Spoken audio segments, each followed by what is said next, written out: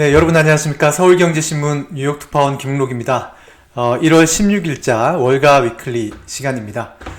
지난주에는 경제 지표도 그렇고 인플레이션 지표가 나왔었죠. 그리고 그 지표에 따른 경제 전망도 그렇고 거기에 기반한 시장의 움직임도 그렇고 좀 이례적이었습니다. 굉장히 많이 낙관적이고 또 이례적으로 많이 상승했는데요. 마치 지난 연말에 산타랠리가 없어서 좀 우울했던 그런 분위기가 언제 그랬냐는 듯이 불과 2, 3주 전인데요. 그런 분위기로 상승을 했었습니다. 그래서 이번 주에는 근데 그런 분위기를 이어갈 수 있을지 뒤집힐지 굉장히 중요한 그 지표와 이벤트들이 많이 있습니다. 당장 이제 인플레이션의 또 다른 이제 그 한 종류죠. PPI 그 생산자 물가 지수가 이번 주에 나오고요. 그리고 본격적으로 드디어 이제 4분기 실적 시즌이 개막을 했습니다. 지난주 금요일 날 시티은행이라든지 뱅크 오브 아메리카 같은 대형 은행 실적을 시작으로 시작이 됐는데요. 이번 주에도 또 대형은행과 넷플릭스 같은 굵직한 기술주의 실적 발표가 이어집니다. 무엇보다도 이번 주는 연준에서 9명의 연준 관계자가 11차례에 걸쳐서 외부 발언을 이제 하게 됩니다. 아마 또 외부 발언들은, 연준 의사들의 발언은 지금 현재 시장의 움직임에 대해서 좀 우려하고 또 새로운 경고 같은 게 나올 것 같은데요. 어떻게 될지 한번 차근차근 지켜보도록 하겠습니다. 연준의 1, 2, 3인자죠. 1인자 파월 의장이고요. 레이얼 브레이너드 부의장, 그리고 연준 내 3인자로 불리는 존 윌리엄스 총재가 뉴욕 연은 총재입니다. 지난 여름에 잭슨홀 미팅 때 같이 산책하는 모습입니다. 이때 매파적이었죠. 이때 매파적이었고, 이때 당시에 메시지가 성공적이어서 이제 시장을 좀 다잡을 수 있었는데, 지금 이번에는 어떻게 될지 한번 좀 관심이 갑니다.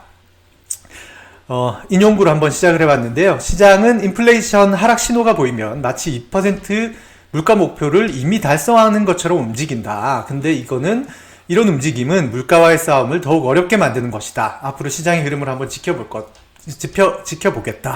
이 말이 누구 말이냐면, 이제 애틀랜타 연방준비은행의 총재인 레피얼 보스틱 총재의 말입니다. 이게 전미경제학회 지난 5일이었던 것 같아요. 전미경제학회 출장을 갔을 때 세션을 마치고 이렇게 잠깐 대화를 나눌 때 이런 이야기를 하셨습니다. 이제 좀 앞으로 FOMC가 좀 11월도 떨어지고 10월도 떨어지고 12월도 떨어질 것 같은데 좀 매파로 갈 수가 비둘기파로 갈 수 있느냐?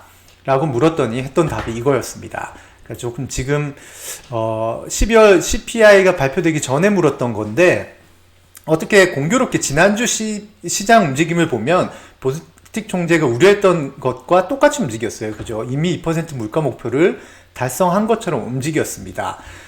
CPI 나온 이후 시장에서는 이제 인플레이션이 추세가 하락했다 라는 전망이 대세가 됐고, 그거에서 멈추지 않고 이제 미국 경제가 연착륙을 할 수 있을 것이다. 그리고 세계 경제가 골디락스, 뜨겁지도 차갑지도 않은 그런 정도 수준으로 잘 갈 것이다 라는 게 이어졌습니다. 생각이 막 확장이 된 거죠. 불과 얼마 전까지 이제 전 세계 경제가 이제 올해 침체가 될 거다.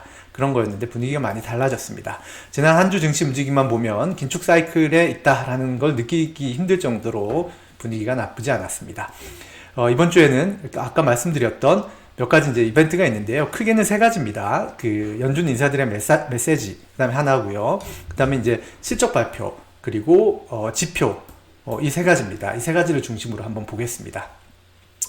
지난주 나왔던 그 지표들입니다. 이렇게 전망치보다 좀 잘 나왔던 것들이 이제 소비자들의 잘 나왔다기보다는 전망치보다 수치가 높게 나왔던 것들.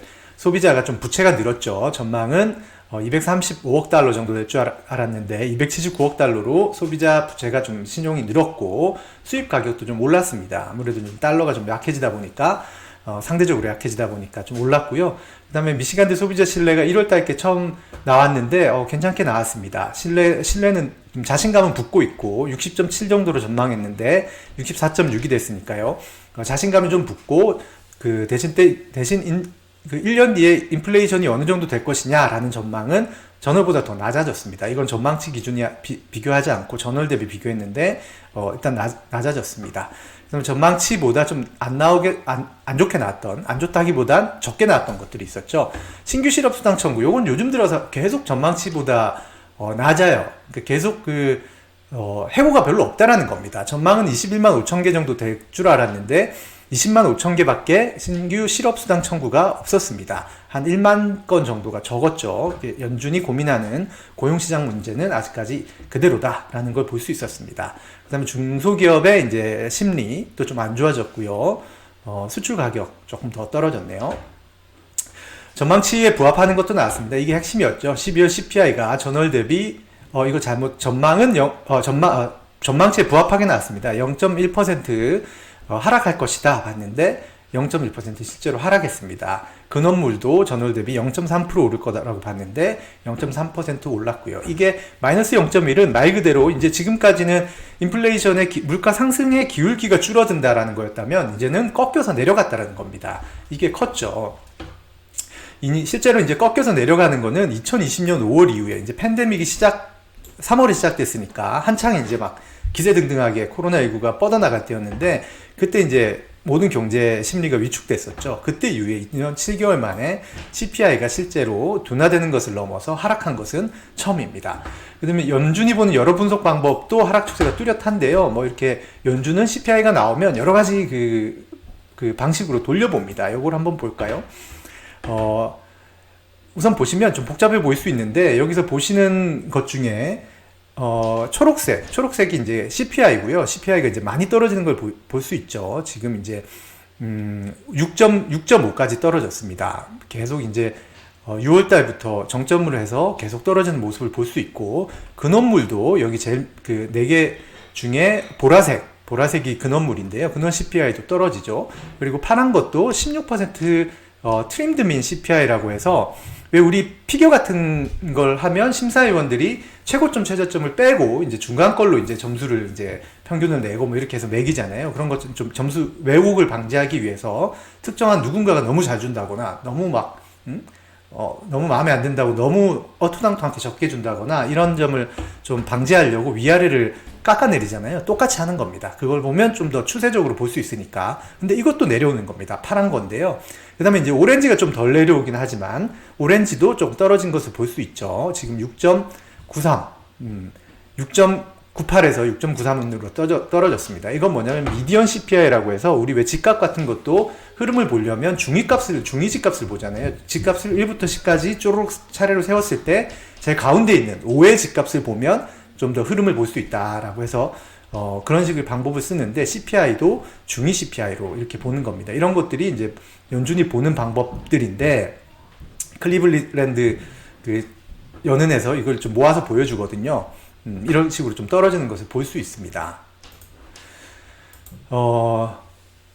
특히 이제 핵심은 제가 봤던 12월 CPI 이후에 나온 추가 분석들이 이제 여러 가지가 나왔는데 그 중에서 제가 봤던 것 중에 가장 핵심적인 것은 블룸버그 통신이 자체 집계를 해가지고 낸 건데 이게 뭐냐면 우리 제롬 파월 연준 의장이 11월 30일 날 브루킹스 연구소 죄송합니다.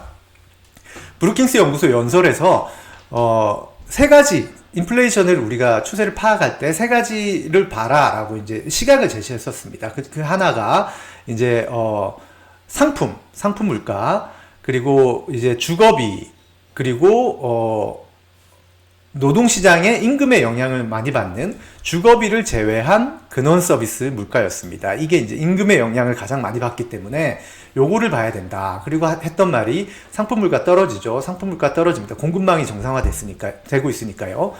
그 상품 물가는 떨어지고 부동산 값, 주거비 지금은 떨어지지 않습니다만 이미 그 민간 데이터로는 떨어지기 시작했습니다. 그게 이제 반영이 곧 될 것이다 라고 얘기를 했었고 다만 임금이 하락할 분위기가 전혀 없기 때문에 주거비 제외 근원 서비스 물가는 아직까지 떨어지지 않는다라고 하면서 이 부분이 떨어지지 않는 이상 우리가 기조 전환을 하거나 그런 건 없다라는 거를 암시를 한 거죠. 분석법을 준 거였습니다. 그런데 이번에 블룸버그에서 집계를 해봤더니 이 마지막 부분 주거비 제외 근원 서비스 물가도 떨어지더라는 겁니다. 어떻게 떨어졌냐?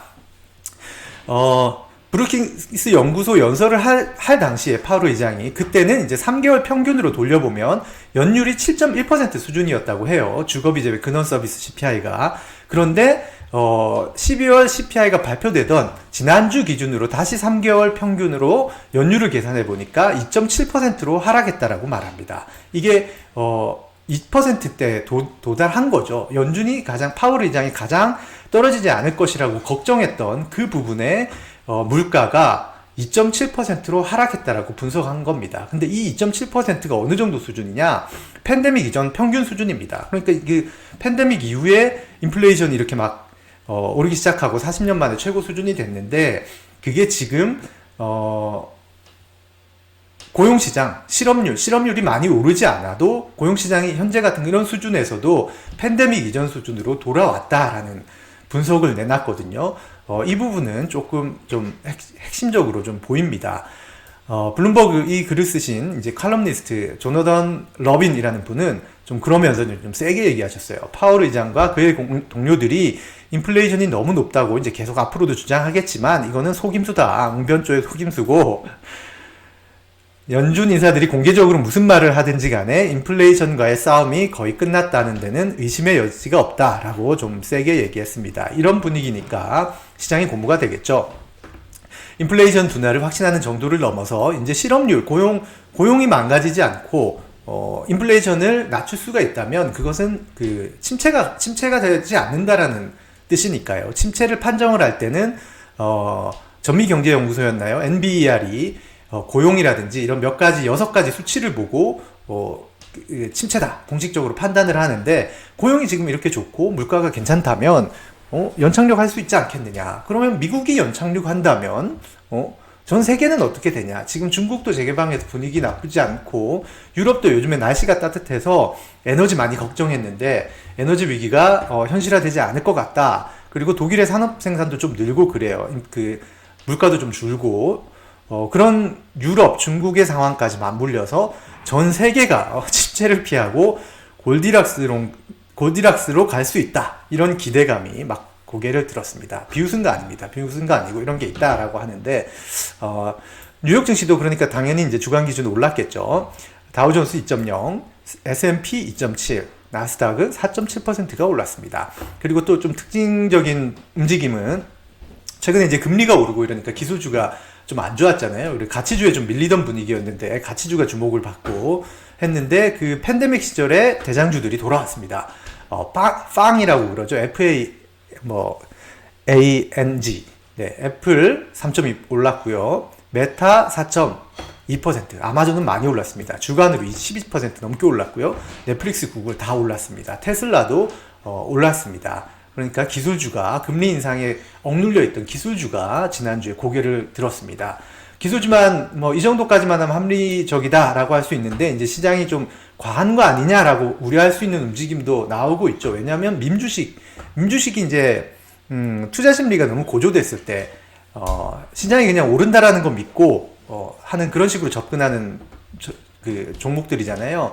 베드 비욘드가 금요일날 떨어지긴 했지만 지난주에 136% 올랐습니다. 이거 조금 정상적인 움직임이라고는 보기는 힘든데 제가 평가할 건 아니고, 그 다음에 이제 게임스탑 같은 경우에도 25% 가까이 올랐고요. 비트코인도 많이 올랐죠. 민주식이랑은 조금 다릅니다만 주간 23% 상승했습니다. 그래서 어떻게 됐냐? 2만 달러를 넘어섰죠. FTX가 불거지면서 2만 달러 선이 무너져가지고 한 2달 넘게 지금 근처에도 못 오고 있었는데 2만 달러를 회복했습니다. 그리고 더 많이 오른 것도 당연히 많겠죠. 솔라나라는 코인은 70%, 아발란체는 40% 정도 올랐습니다. 이더도 22% 정도 올랐습니다.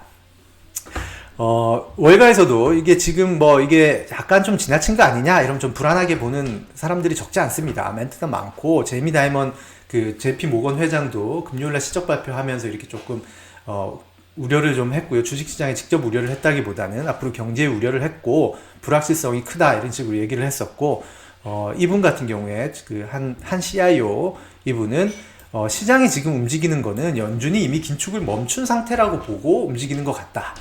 그 정도로 생각을 하는 것 같다. 근데 실제 연준이 그럴지는 당연히 확실치 않겠죠. 실제로 보면 근원 이렇게 뭐 여러 가지 지표 떨어지는 것도 있지만 12월 근원 서비스 CPI를 보면 서비스 CPI는 근원 CPI는 떨어졌지만 그거는 근원 상품 CPI가 많이 떨어졌기 때문이거든요. 근원 서비스 CPI를 보면 오히려 올랐습니다. 7개월 연속 7월 이후 5개월 연속 오름세입니다. 그래서 우리 그 인터뷰도 해주셨던 우리 채널에 인터뷰 영상 올라와 있습니다. 한국이 낳은 그 저명한 재미 경제학자십니다. 손성원 교수께서는 근원 물자가 내리긴 내리지만 이런 속도로 둔화되는 것은 연준이 어려운 과제를 안고 있음을 보여준다라고 했습니다. 연준이 할 일이 더 있다라는 의미입니다. 그런데 마침 이번 주에는 FOMC에 들어가는 연준 관계자 9분이 11차례에 걸쳐서 외부 연설을 하십니다. 지금 이건 좀 정리를 해놨으니까요. 기사를 보시거나 영상을 한번 천천히 보시면 일정을 알 수 있을 것 같습니다. 지금 연준이 보기에는 좀 상황을 그대로 보기는 좀 어렵습니다. 이게 왜 그러냐면 금융여건 지수라는 게 있거든요. 금융여건 지수가 뭐냐면 이제 시카고 연은에서 집계를 하고 골드만삭스에서도 집계를 하는데 돈을 빌리기 쉽냐, 투자하기 좋냐 이거를 이제 수치화한 겁니다. 그 시카고 연은 같은 경우에는 이제 채권 수익률이나 금리, 어음, 현황 이런 걸 해가지고 105개를 넣어가지고 돌려보는 건데. 역사적으로 쭉 평균을 제로라고 보면 제로보다 낮으면 마이너스 영역이면 금융시장이 너무 완화됐다. 그러니까 돈을 조달하기 쉽고 투자하기 좋은 환경이다. 플러스가 되면 반대겠죠. 긴축이 됐다. 금융시장이 긴축이 됐다. 돈을 조달하기 어렵다. 이런 건데 지금은 마이너스 0.27입니다. 마이너스 0.27로 마이너스 영역에 있고요. 요걸 한번 보시겠습니다. 네. 이 부분인데요. 2016 지금 이게 제로 기준선이거든요. 이거보다 아래에 있으면 완화가 된다라는 겁니다. 역사적으로는 아직까지 낮은 수준, 금리를 올려도 낮은 수준인데 가만히 보시면 지금 이게 10월 7일이거든요. 2022년 10월인데 10월 초인데 지금 석 달 만에 굉장히 많이 쭉 하락하는 석 달 동안 계속 떨어진 겁니다. 떨어져서 어느 정도냐? 이게 왼쪽에 가보면 지금 현재 0.26인데 0.26이 어느 정도 수준이냐면 5월 수준입니다. 5월 수준. 5월 수준으로 돌아왔죠. 연준이 금리를 올리는 이유는 이런 메커니즘이잖아요. 금리를 올리면 당연히 이제 금융시장이 긴축이 되고 돈을 빌리기가 어렵고 투자를 해도 좀 재미를 보기가 어렵고 이렇게 금융시장이 긴축이 되면 그 돈을 덜 쓰고 투자도 덜 하고 이러면 이제 수요 공급에서 수요가 감소하면 가격이 안정된다. 이런 메커니즘인데 금리를 올리는데도 금융시장이 긴축이 안 되고 있는 겁니다. 고리가 엉켜버린 거죠. 그래서 12월 FOMC 회의록에서 연준이 직접적으로 이런 글을 남겼죠. 대중이 부적절한 오해로 금융 여건이 완화되면 물가를 안정시키려는 연준의 노력을 더욱 복잡하게 만들 수 있다라고 경고했던 이유가 바로 이 부분인데요. 실제로 우려가 지금 현실화됐죠. 이 부분이 엉켜버렸죠. 그래서 아까 말씀드렸듯이 지금 5월하고 비슷한 수준으로 금융 여건이 완화됐습니다. 5월에는 어떤 상황이었냐면 기준금리가 0.75에서 1.0%던 시절이에요. 근데 지금은 상단이 4.5인데 금리는 4.5까지 올렸는데 금리가 1%이던 시절하고 금융 여건이 비슷하다면 연준 입장에서는 고민이 클 수밖에 없겠죠. 과연 이런 메커니즘이 잘 작동할 것인가 걱정이 되는 거죠. 그래서 아마도 이번에 나오는 연준 위원들은 인플레이션이 하락하는 추세에 있다라고 판단을 하더라도 2% 물가에 이제 이르려면 채권이나 주식시장이 좀 금융시장이 들떠 있는 것들을 좀 가라앉혀야 한다 이렇게 판단할 확률이 높습니다. 2인자 레이얼 브레이너드 부의장부터 존 윌리엄스 이렇게 나오고요. 성향도 다양합니다. 비둘기파부터 제임스 블러드 세인트루이스 연은 총재까지 매파시죠. 예전에 한번 10%까지 올려야 될 수도 있다. 이런 점을 암시를 하셨던, 그래서 시장에 충격을 주셨던 분인데, 이런 분들이 나와서 해서 나오기 때문에 6월 금리 인상 전망이나 최종 금리 전망, 어떻게 기조 전환에 대한 힌트 이런 생각들을 좀 전해 주실 겁니다. 기존에 나왔던 발언들을 보면 새로운 것과 좀 비교를 하면 포인트를 잡기 쉽겠죠. 보스틱 총재는 인플레이션 정점이 지났다라고 이례적으로 얘기를 했습니다. 이번 사이클, 금리 인상 사이클에서는 처음으로 연준 관계자가 인플레이션 정점을 이야기했습니다.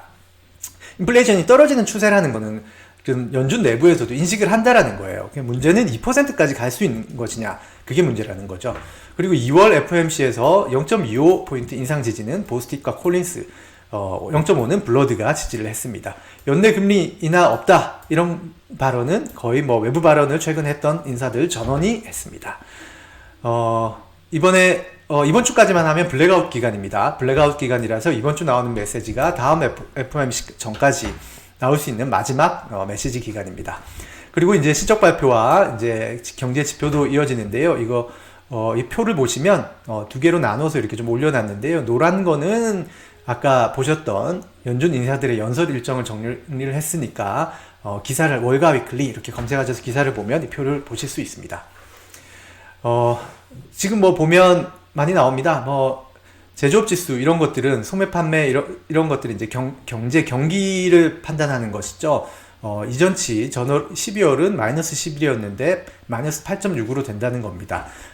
좀 마이너스 폭이 줄어들지만 음수에 있기 때문에 여전히 위축되고 경기는 계속 안 좋아지고 있다라는 걸로 보시면 될 거고요. 가장 중요한 건 이제 다음 주에는 아마 이건 것 같습니다. 전월 대비 PPI 한번 보실까요? 11월에 0.3%포인트 올랐습니다. 그렇지만 12월에는 0.1% 하락할 것으로 보고 있습니다. CPI랑 똑같죠. 이 PPI는 생산자 물가잖아요. 생산자들이 생산할 때 필요한 그런 물건들에 대한 물가이기 때문에 이게 좀 저렴하면 다음 달이나 다음 달 이후에 조금 뭐 긍정적으로 영향을 미치는 선행 지표가 될 수 있다고들 얘기를 합니다. 직접적으로 100% 연관관계가 있다 이런 건 아니지만 상당히 이제 선행 지표로 인식이 되는 측면이 있습니다.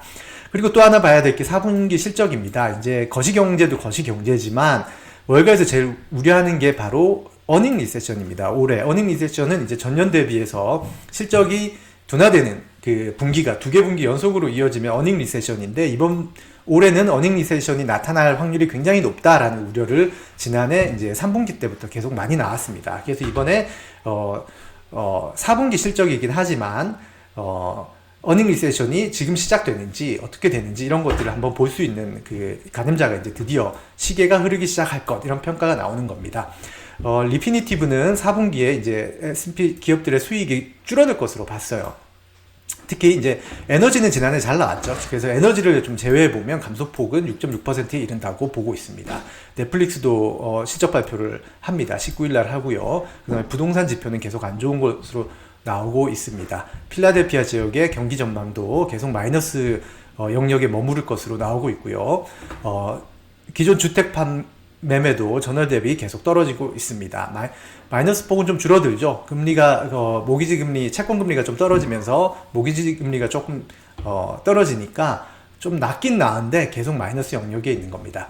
골드만삭스 같은 경우는 19일, 모건 스탠리도 19일 날 이렇게 발표를 하고요. 넷플릭스는 19일 날 장을 종료하고 실적을 발표합니다. CNBC 매드머니 진행자 짐 크레이머라고 이분은 이제 넷플릭스가 아마 이번 주 중 가장 강력한 스토리가 될 수가 있다라고 기대를 했습니다. 넷플릭스가 좋게 나오면 기술주에 대한 또 심리가 좀 살아날 수 있겠죠. 지금은 이제 월가의 쟁점의 축이 굉장히 많은 분위기입니다. 지난주 같은 경우에는 연착륙할 것이냐, 침체냐 이런 뭐 쟁점 논란이 계속 있었고요. 이것과 연계해서 피봇을 할 것이냐, 긴축을 계속 유지할 것이냐 이것도 쟁점이었죠. 이번 주는 아마 실적에 따라서 어닝 리세션이 올 수 있느냐, 피할 수 있느냐 이거에 대한 이제 또 쟁점의 축이 추가될 분위기입니다. 이번에 이제 발언, 경제지표, 연준 발언, 기업 실적 이런 걸 보면 이번 주반에 어느 정도 가닥을 좀 잡을 수도 있겠다 싶기는 한데요. 어떻게 정리되어 나갈지 한번 지켜봐야 하겠습니다. 네, 오늘 준비한 소식은 여기까지입니다. 이번 한 주도 건강하고 행복하게 지내시길 바라겠습니다. 감사합니다.